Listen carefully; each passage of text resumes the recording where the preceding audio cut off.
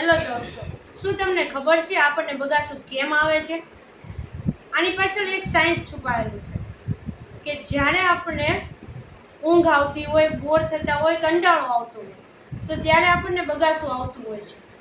પણ આ બગાસું આવવા પાછળનું કારણ શું છે એ ખબર છે?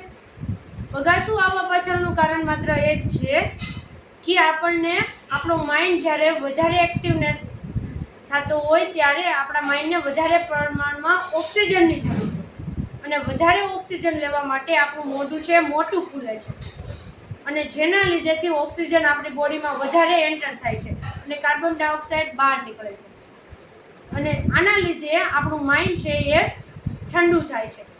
હા, બિલકુલ સાચું.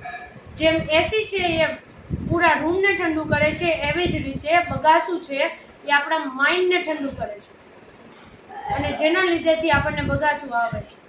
અને હા, ઇન્ટરેસ્ટિંગ વાત તમને કહું કે આપણે બીજાને બગાસું ખાતા જોઈએ તો આપણને ઓટોમેટિકલી બગાસું આવવાના સ્ટાર્ટ થઈ જાય છે.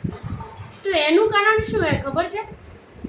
એની પાછળનું કારણ એ છે કે આપણું મગજ છે જે બીજાની ક્રિયાઓને કોપી કરે છે, જેને મિરર ન્યુરોન્સ પણ કહેવામાં આવે છે. આ મિરર ન્યુરોન્સના લીધે આપણું મગજ છે બીજા જે એક્શન કરે છે એ એક્શન કરવા માંડે છે.